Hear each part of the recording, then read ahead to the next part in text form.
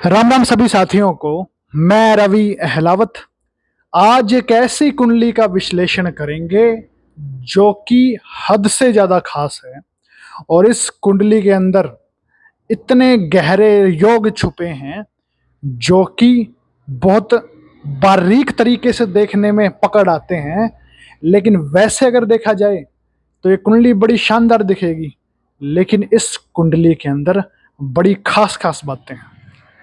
इस कुंडली का सबसे पहला योग जिसको कहते हैं चंद्रमा 10वें घर का।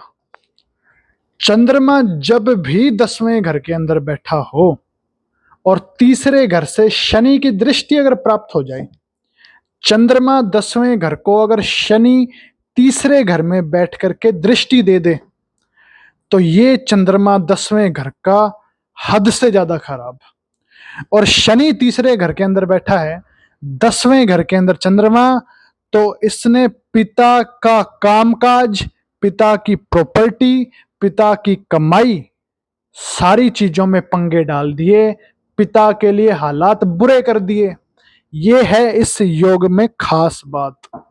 फिर एक और योग जिसको कहते हैं राहु 5वें घर का, और चौथे, पांचवें, छठे या 12वें घर के अंदर सूर्य, चंद्र, मंगल और बृहस्पति नहीं है तो समझो गया काम से।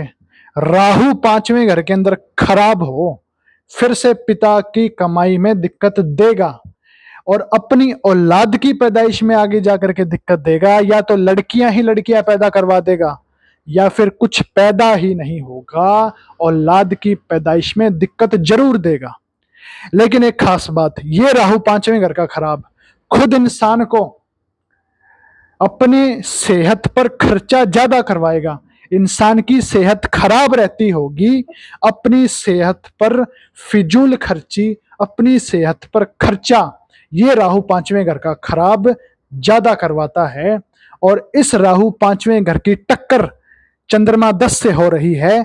चंद्रमा 10वें घर का 5वें घर के राहु को टक्कर मार रहा है, जिसकी वजह से चंद्रमा और राहु और शनि तीनों का ही खराब फल हो गया। अब ये जो चंद्रमा है, राहु है और शनि तीसरे घर का है, इन तीनों ने मिलकर के इस इंसान की जिंदगी को तबाह बर्बाद कर दिया। ये है इस इंसान की कुंडली की प्रेडिक्शन।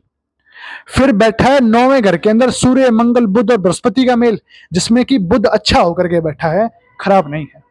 लेकिन 9वें घर के अंदर प्लेनेट हो और दूसरा घर खाली हो तो इसके लिए ज्योतिष कहता है कि ऐसे इंसान को अपने बुजुर्गों की धन दौलत का, अपने पिता की पैतृक संपत्ति का सिर्फ गुमान होगा, लेकिन कोई फायदा ना होगा।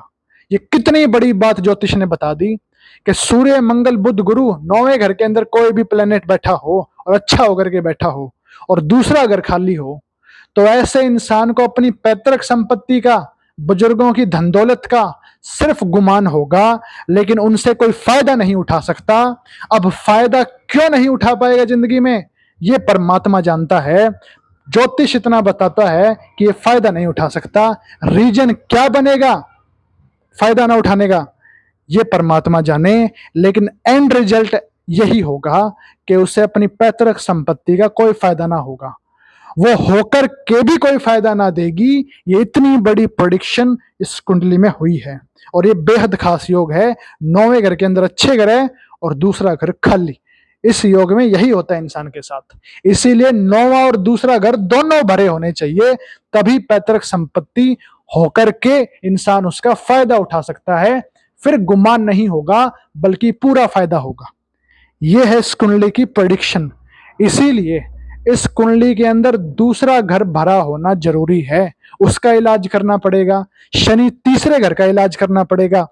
चंद्रमा 10 का इलाज करना पड़ेगा, जो कि मन की शांति, घर के अंदर की सुख शांति, माँ का सुख, रुपए, पैसे, प्रॉपर्टी, इन सब के अंदर पंगे दे रहा है। फिर राहु 5 का भी इलाज करना पड़ेगा, जो कि इसकी सेहत को खराब कर रहा है। राहु 5वें घर के अंदर खराब हो तो इसने बृहस्पति की धज्जियां उड़ा दी।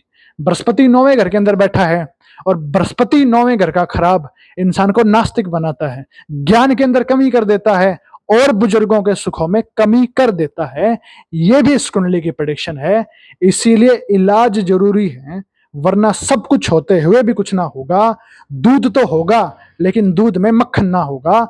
इस तरीके की किस्मत ये परमात्मा ने बनाई हुई है। राम।